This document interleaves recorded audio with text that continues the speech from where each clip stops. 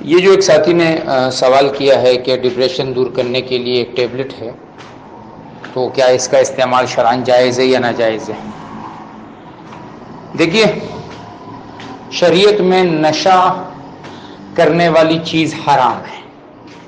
ہر وہ چیز جس میں آپ کو ایسا نشہ آئے کہ جس نشے سے آپ اپنے حواس کو کھو بیٹھیں، آپ صحیح اور غلط میں تمیز نہ کر سکیں، اور آپ کی عقل، آپ کی سمجھ آپ کے ہاتھ میں نہ رہے، تو ایسی کوئی بھی نشے والی چیز شریعت نے اس کو حرام قرار دیا ہے۔ کل مسکر حرام، ہر نشہ آور چیز حرام ہے۔